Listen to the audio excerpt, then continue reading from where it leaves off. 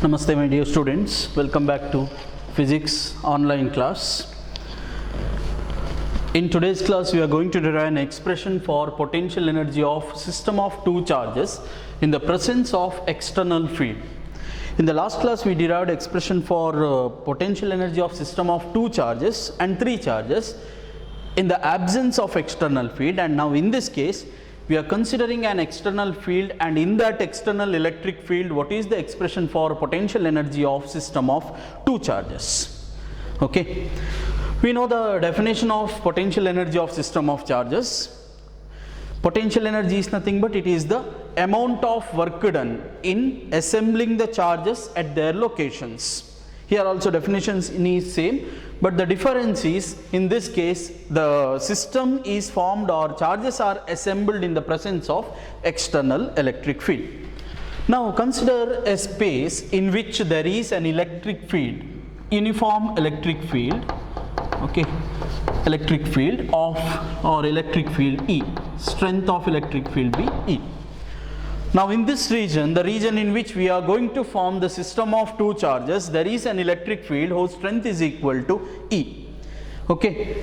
Now we want to configure a system of charge, that is Q1 and Q2. Now these two charges are initially assumed to be at infinity. Okay. Now there is an electric field. Now in this region there is an electric field. If there is an external field or electric field, then to bring a unit positive charge from infinity to that point, there will be opposition due to this electric field.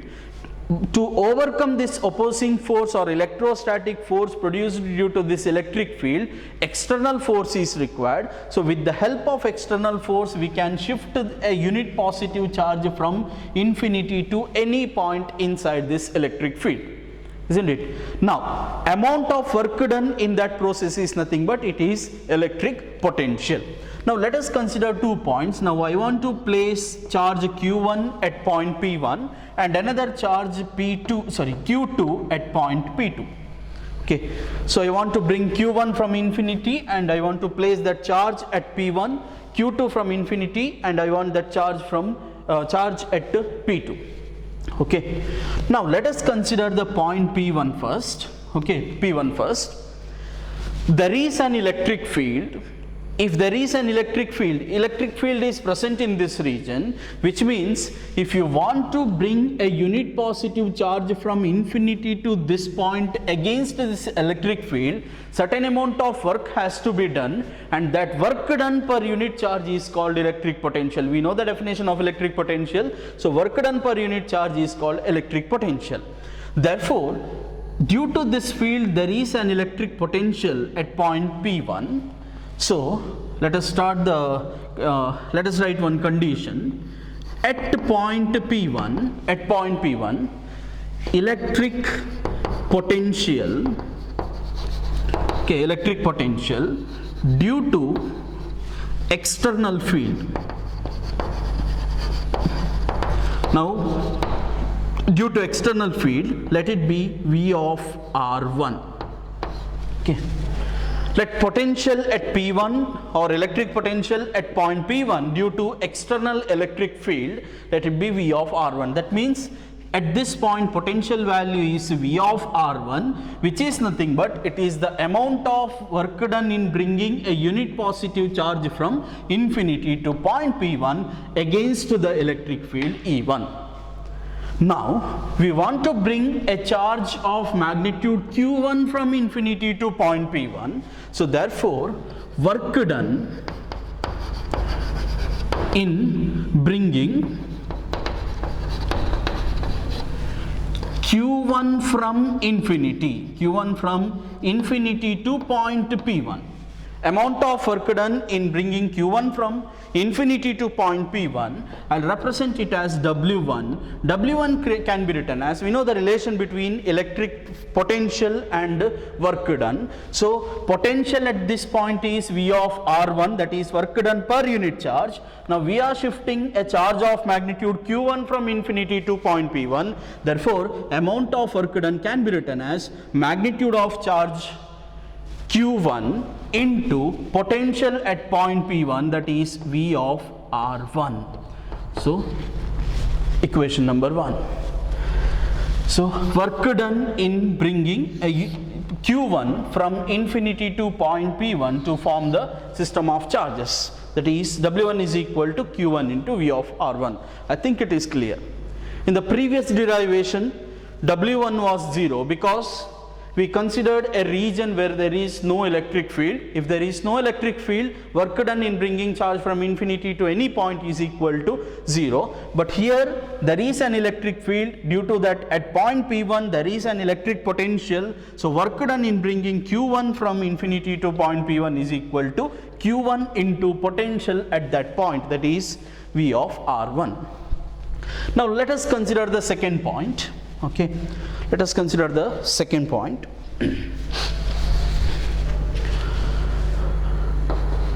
At point P2, potential due to external field. So electric field exists here also, therefore there will be a potential. So potential due to external electric field, let it be V of R2. Potential at point P2 due to external field, let it be V of R2.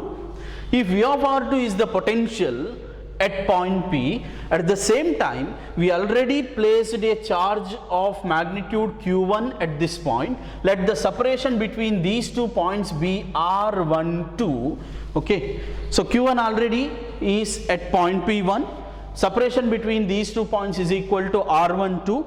Due to external electric field, potential at P2 is V of R2. At the same time, Q1 also produces an electric field at point P2. Electric field is produced, due to that electric potential will be there. So at P2, potential due to, now Q1 produces potential at point P2, so potential due to charge Q1 at point P2, potential due to charge Q1, let it be some straight away let us write the expression, is equal to potential due to Q1 at point P2 is equal to, expression is potential due to point charge, that is 1 over 4 pi epsilon naught. Magnitude of charge is Q1. Now due to Q1 potential at this point, therefore Q1 divided by separation between these 2 points, that is equal to R12. So 2 potentials are there. One potential is due to external field and another potential is due to charge Q1. So therefore net potential at point P2 is equal to, we know the superposition principle of electric potential. So 2 potentials are there, one is due to external field, another one is due to charge Q1. Therefore net potential at P2 is equal to V of R2 plus 1 over 4 pi epsilon naught Q1 divided by R12, net potential at point P2. So I'll represent it as some V2. Potential at point P2 is equal to V2, net potential. So total potential at this point is now V2, which is given by this expression. In the next step, what we have to do is, we want to shift a charge of magnitude Q2 from infinity to point P2 to form the system of 2 charges. Therefore, work done in shifting charge Q2 from infinity to point P2. Amount of work done in shifting charge Q2 from infinity to point P2 is given by, let it be W2 is equal to, we know the relation between potential and work done. Potential at point P2 is V2 and charge we are going to shift is Q2. Therefore magnitude of charge Q2 into potential at point P2, that is equal to V2. So that is equal to Q2 into V2 is nothing but V of R2 plus 1 over 4 pi epsilon naught Q1 divided by R12. That is the expression. So W2 is equal to, multiply this, Q2 into V of R2, that is due to external field, plus 1 over 4 pi epsilon naught Q1 is there, Q1 into Q2, so Q1 Q2 divided by R12. This is the total work done or work done in shifting charge Q2 from infinity to point P2, charge Q2 from infinity to point P2, so W2. I think it is clear. External field is there, due to external field or external field exists everywhere. Due to that external field, potential at point P1, we consider this as point P1, potential due to external field at point P1 is V of R1. Potential due to external field at point P2 is V of R2. Now these two quantities are due to the presence of external field. Next, we shifted Q1 from infinity to point P1. So amount of work done in that process is magnitude of charge into potential at P1. Okay, potential at P1. So Q1 into V of R1. So Q1 reaches here. When Q1 is here, along with the potential at P2 due to external field, Q1 also produces electric field in the surrounding region. Due to that, a potential will be there, that is potential due to Q1 at point P2 is given by this expression. So net potential at point P2 is given by this expression. So work done in bringing Q2 from infinity to that point is Q2 into potential due to external field plus Q2 into potential due to Q1. So therefore, so final step I'll write here. Therefore, total work done. Therefore, total work done in assembling the charges, W can be written as total amount of work done in assembling the charges in their locations is given by W1 in case of first charge plus W2 in case of second charge, that is equal to Q1 into V of R1 plus W2 is Q2 into V of R2 plus 1 over 4 pi epsilon naught Q1 Q2 divided by R12. So this is the total amount of work done in assembling the charges at their locations. By definition of potential energy of system of charges, this work done, the work done in assembling the charges at their locations, now Q2 will be here, assembling at their locations is the potential energy. Therefore, so by definition, potential energy U is equal to Q1 or into V of R1 plus Q2 into potential at P2 plus 1 by 4 pi epsilon naught Q1 Q2 divided by R12. This is the final expression. Expression for potential energy of system of two charges in the presence of external field. See, if this external field is reduced to 0 or if the external field is not there, if E is equal to 0, then V of R1, that is potential due to external field, will be 0. Potential due to external field at point P2 will be 0. If these two values are 0, remaining will be this term.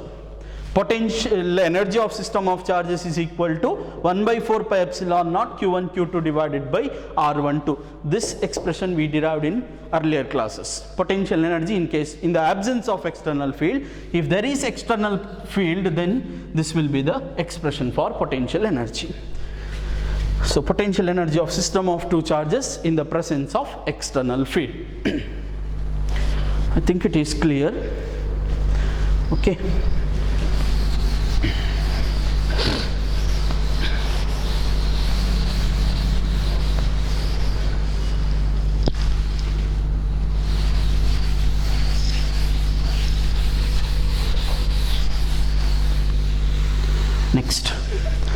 Next, one more derivation. Expression for potential energy of a dipole, electric dipole in external field. Next is expression for potential energy of an electric dipole in the presence of external field. Now, consider an uniform electric field. Let E be the magnitude of that electric field and let it be the direction, that is directed in positive x direction. electric field. Now consider an electric dipole placed like this. Okay, electric dipole. Now this represents electric dipole minus q, equal and opposite charges separated by small distance, minus q and plus q. In case of electric dipole, we defined a quantity that is called dipole moment vector, which is directed from negative to positive. Therefore, this is the direction of dipole moment vector, that is P. Let theta be the angle between electric field and electric dipole moment vector. Okay, dipole moment vector and electric field, angle between these two quantities, let it be theta. Okay.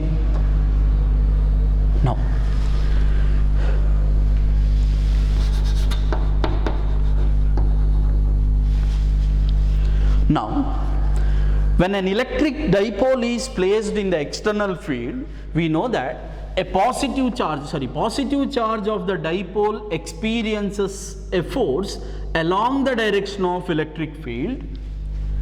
Magnitude of that force is given by F is equal to Q into E.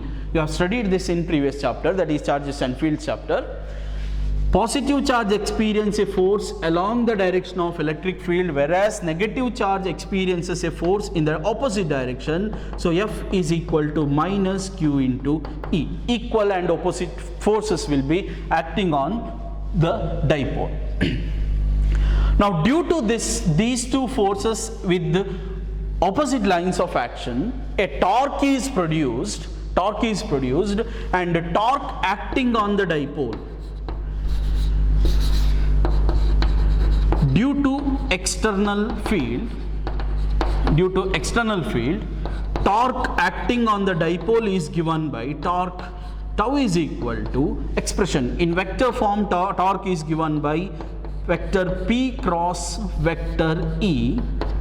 Okay, vector P cross vector E, or magnitude of this torque is given by tau is equal to Pe sin theta, where P represents dipole moment vector, E represents strength of electric field, and theta represents angle between dipole moment vector and electric field. So magnitude of torque is given by Pe into sin theta. You derived this expression in previous chapter. So magnitude of torque is this much. Now in this case, if you consider the direction of force on positive charge, it is in positive x direction. Force on negative charge is in negative x direction. So together these two forces together will produce a torque. Now this torque will try to rotate the dipole in clockwise direction, isn't it? Force is directed like this, that means this torque produces rotational motion. So this torque will try to rotate the dipole in clockwise direction. Okay, clockwise direction. Now imagine a situation, suppose an external torque is applied in opposite direction. The electric torque produced due to electric field is trying to rotate the dipole in clockwise direction. At the same time, I'll apply an external torque in opposite direction, that is in anti-clockwise direction, such that, okay, external torque, now it is applied in opposite direction, one condition, opposite direction, such that it neutralizes the electric torque. That means magnitude of this external torque is equal to magnitude of electric torque. That is the meaning of this statement, that is neutralizes or cancels the effect of the electric torque. If this condition satisfies, then with the help of this external torque, this dipole can be rotated in counterclock direction with very small angular velocity and zero angular acceleration. So at this point we applied an opposite torque, external torque, such that it neutralizes the torque produced due to electric field, and with the help of this external torque we will rotate the dipole. So dipole is rotated with infinitesimally small angular velocity and zero angular acceleration.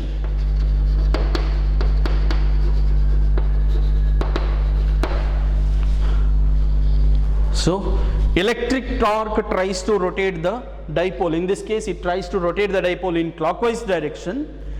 We applied an external torque in opposite direction, that is counter torque, which neutralizes the electric torque. That means magnitude wise same torque. If that condition satisfies, this dipole can be rotated with the infinitesimally small angular velocity and zero angular acceleration in counterclockwise direction. Okay, if that is the case, work done in rotating the dipole,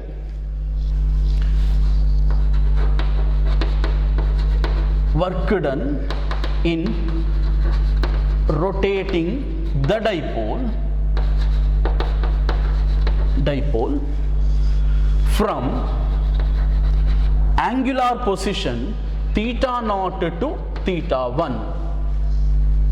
From an angular position, if dipole is, now if I consider it as theta naught, if I want to rotate it to some other angular position, this angle will be theta 1. If I want to rotate the dipole from angular position theta naught to theta 1 with the help of external torque, under that process, work done is given by W is equal to integral from angular position theta naught to theta 1. Okay, theta 1. We are rotating the dipole with the help of external torque, therefore tau external torque into d theta. Small angular displacement, work done is torque into angular displacement. Now actually this quantity represents dW, small work done for small angular displacement. If dipole is rotated from one angular position theta naught to some other angular position theta 1, in that total process, what is the net work done? It is given by integral from theta naught to theta 1 tau external into d theta. Okay, this expression is similar to work done is equal to force into displacement. In case of rotational motion, torque into angular displacement. That is the formula. For small angular displacement, dW is the work done. So total work done from one position to another is theta naught to theta 1 tau external into d theta.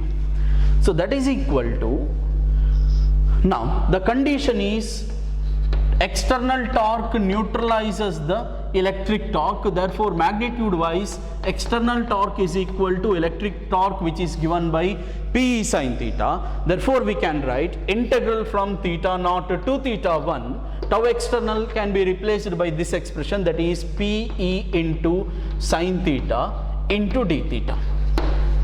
P into sin theta into d theta. So that is equal to, now P is dipole moment vector, constant, take it outside. Electric field is uniform electric field, constant, take it outside. Integral from theta naught to theta 1 sin theta into d theta. Okay, sin theta into d theta. So that is equal to P into E integral of sin theta. Integration of sin theta is minus cos theta. If you integrate this sin theta, then it will be minus cos theta with the limits theta naught to theta 1. It is the amount of work done. Okay, so if I substitute the limits here, it becomes P into E. Okay, P into E. I can take this negative outside, minus P into E, upper limit cos theta 1, okay, cos theta 1 minus cos theta naught. Okay, minus cos theta 1 minus cos theta naught. So I think it is clear. We started with this point. Angle between electric field and dipole moment vector is equal to theta. At that position, torque acting on the dipole is given by the cross product of dipole moment and electric field. So tau is equal to Pe sin theta represents magnitude of electric torque, where theta represents angle between dipole moment vector and electric field. Next, we applied a counter torque which neutralizes the electric torque, so that this dipole can be rotated in the opposite direction with small, infinitesimally small angular velocity and zero angular acceleration. Under that condition, amount of work done in rotating the dipole from angular position theta naught, from one angular position theta naught to another angular position theta 1, is given by W is equal to integral of tau external into d theta. Now actually this represents work done in case of small displacement, angular displacement d theta. So total work done is the integration theta naught to theta 1 tau external into d theta. Again, this tau external is variable, it depends on the angle, therefore we used integration here. So theta naught to theta 1 P sin theta into d theta, or P into integral of sin theta is minus cos theta with the limits theta naught and theta 1. Okay, so that is the expression. Now I'll write the diagram later. Now, so W is equal to minus, or take that minus there, PE into, this can be written as minus into minus plus PE into cos theta naught minus, this minus into plus becomes minus, therefore it will be minus cos theta 1. This is the amount of work done. What is this? This is the amount of work done in rotating the dipole from one angular position theta naught to theta 1. For example, if this is the electric field, direction of electric field, and if dipole is lying like this with the angular position theta naught, if I rotate this dipole to some new angular position such that this angle is equal to theta 1, in rotating the dipole from this position to this position, amount of work done by the external torque, the torque applied externally or external torque, is given by this. Okay, this. Now, this quantity, we know that electrostatic force is conservative in nature, therefore whatever the work done is stored as potential energy. Therefore in this case, work done in rotating the dipole from one angular position to another angular position against the electric torque is stored in the form of potential energy. Therefore this quantity represents, actually PE cos theta naught represents potential energy at this position, PE cos theta 1 represents potential energy at this position. So now this term represents change in potential energy. Delta U is equal to PE cos theta naught minus cos theta 1. Whenever a dipole is rotated from one angular position to another, change in potential energy of that dipole is given by this expression. Okay, this expression. Generally, in case of an electric dipole, for angle, if this is electric field and if this is the position of dipole, plus q and minus q, which means angle between dipole moment vector and electric field is equal to 90 degree. Now for this position, generally we consider potential energy of dipole is equal to 0. So if I consider theta naught is equal to 90 degree, then this can be written as, this expression becomes cos 90 is 0, therefore minus PE cos theta. Okay, PE cos theta. So now this term represents potential energy of dipole. For any angular position, if dipole makes an angle, if dipole is like this, makes an angle 60 degree with the electric field, what is the potential energy of dipole? You can calculate using this formula. If you put 60 degree here and P and E values, you will get the potential energy of dipole at this particular position. If angle is equal to some 135 degree, angle between electric field and electric dipole moment is equal to 130 degree. If you put 135 degree here, you will get potential energy of dipole at this position. Okay, this position. Now this is the expression for potential energy, whereas what is the amount of work done in, or what is the change in potential energy of dipole when it is rotated from theta 60 degree to some 90 degree. If this is the question, then you have to use this formula. Okay, initial angle 60 degree, final angle 90 degree. So change in potential energy can be calculated using this formula when dipole is rotated from one angular position to another. For any angular position, what is the potential energy of dipole? That is given by this expression. Important. Okay, so now this represents change in potential energy of dipole when it is rotated from one angular position to another angular position, and this expression represents potential energy of dipole, okay, dipole when angle between vector P and electric field is equal to theta. For this particular angular position, what is the potential energy of dipole? That can be calculated using this formula. Okay, so important derivation, or the expression for potential energy of dipole is important. What is the expression for dipole, potential energy of dipole? It is minus Pe cos theta. P is dipole moment vector, E is electric field, theta is angle between P and E. Now the same expression can be written as U is equal to minus Pe cos theta. AB cos theta is A dot B, therefore we can write P dot E. Negative of dot product of dipole moment and electric field represents potential energy of dipole. Okay, so important, potential energy of dipole formula.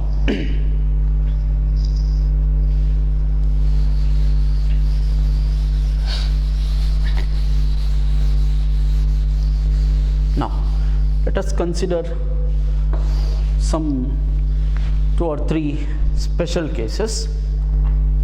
Now potential energy of dipole is given by U is equal to minus Pe cos theta. Let us consider the stable equilibrium position.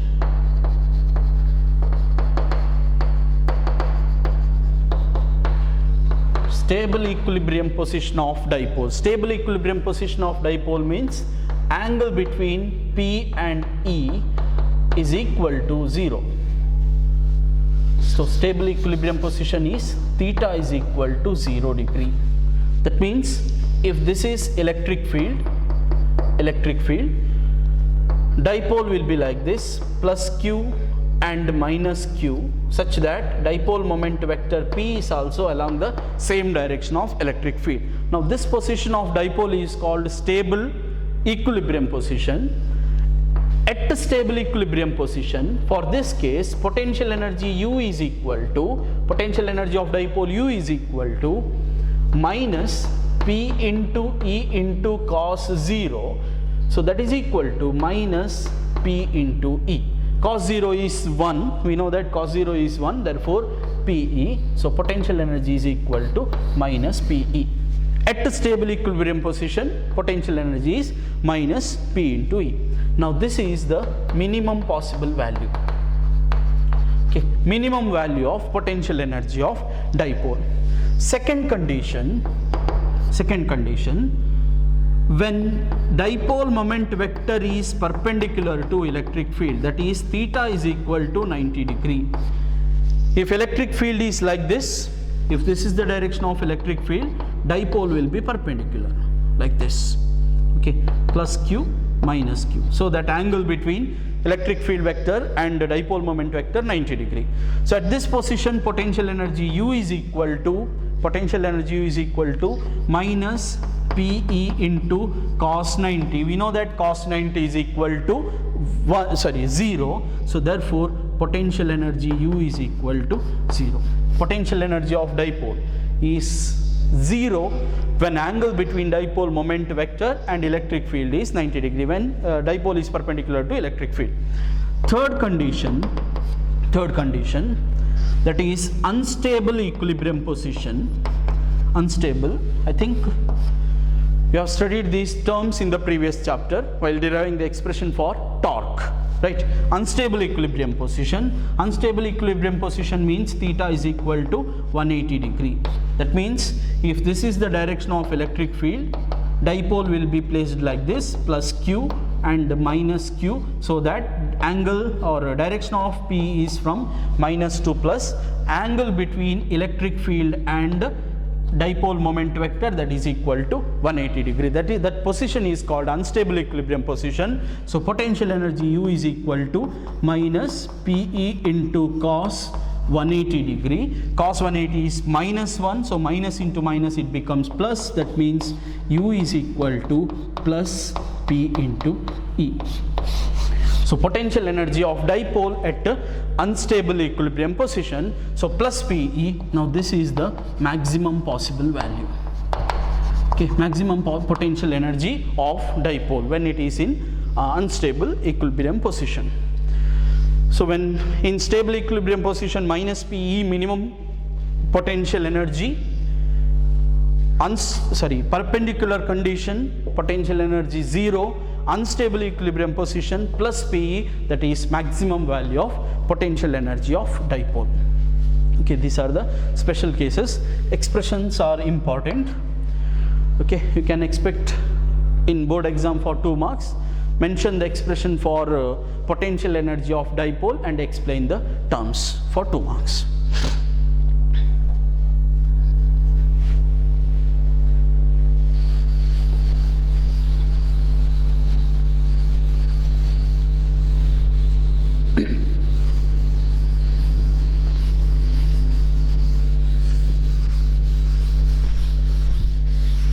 Next, a small concept, a small discussion, that is regarding electrostatic shielding.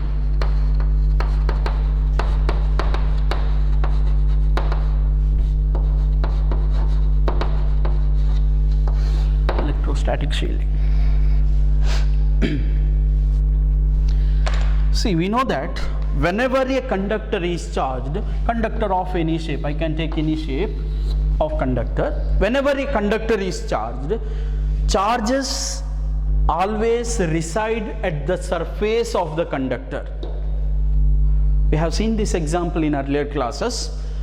Whenever a conductor is charged, for example, if it is positively charged, then charges always reside at the surface of the conductor. And if you consider the region inside the conductor, magnitude of charge is 0. Okay, charge is 0. And if you consider the surface density, charge per unit area of the conductor, that is also equal to 0. And also electric field inside the conductor is also equal to 0. And one more thing, we already studied this concept. Potential inside the conductor is equal to potential at the surface of the conductor, that is a constant. Okay, charge density and strength of electric field, it is 0 inside a charged conductor. It may be a positively charged conductor or negatively charged conductor. Okay, so now as a result of this, now if you consider a conductor, different parameters there or different properties are there. One is charges always reside at the surface of the conductor. Another one is inside the conductor electric field is 0, charge density is 0, and on the surface electric field is always normal to the surface. Now inside a conductor we will get a cavity or a region in which magnitude of charge Q 0, surface density 0, then electric field strength is also equal to 0 and potential is constant. So whenever a conductor is charged, inside the conductor we get a region or cavity in which electric field is equal to 0. Okay. Now this cavity can be used to protect the sensitive components components or electronic devices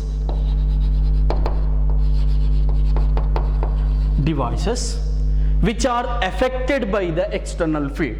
See, if you have a component which is affected by the external field, and if you want to protect that device from the influence of external field, what we can do is straight away place that device inside the charged conductor.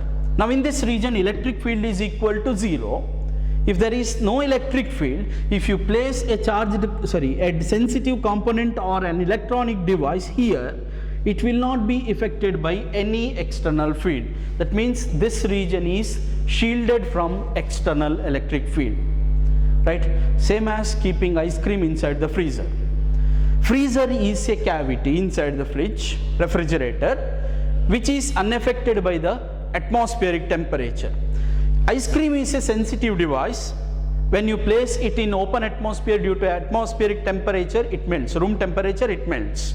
But if you place that ice cream inside the freezer, what happens? That freezer is shielded from the external temperature, that is room temperature, so that you can protect that ice cream inside the freezer. Similar to that, inside the conductor electric field is 0. To protect a device which is sensitive to external electric field or an electronic device, just to place that electronic device inside the cavity inside the conductor at which electric field is equal to 0. Due to this condition, that device will be unaffected by the external electric field. That is the condition. Now this is called electrostatic shielding. Inside the conductor electric field is 0. So due to this property, a cavity is formed inside the conductor. That cavity can be used to protect the sensitive components or electronic devices from the external electric field. Now this condition is called electrostatic shielding. The property used here is inside the charged conductor electric field is equal to 0. Okay, electric field is 0. Next,